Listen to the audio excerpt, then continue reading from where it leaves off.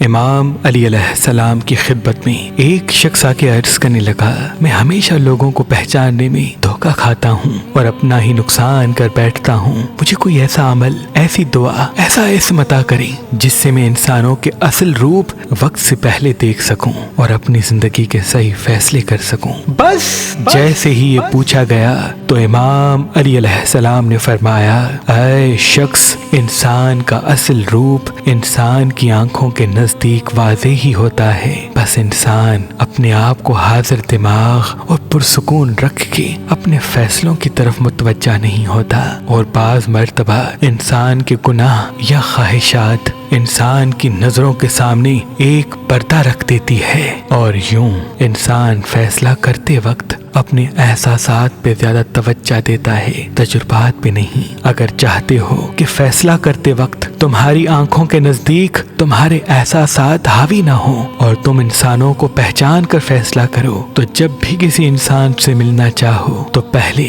یا علیم و یا علیم، یا رحیم و یا رحمان 3 مرتبہ پڑھو، اور پھر اس کی آنکھوں کو دیکھو۔ اگر وہ گھبرانے لگے، آنکھیں چرانے لگے، تو سمجھ جانا یہ اپنے ظاہر اور باطن میں تضاد رکھتا ہے، لیکن اگر مطمئن رہے، پرسکون رہے، تو سمجھ جانا یہ صداقت کی زبان بول رہا ہے۔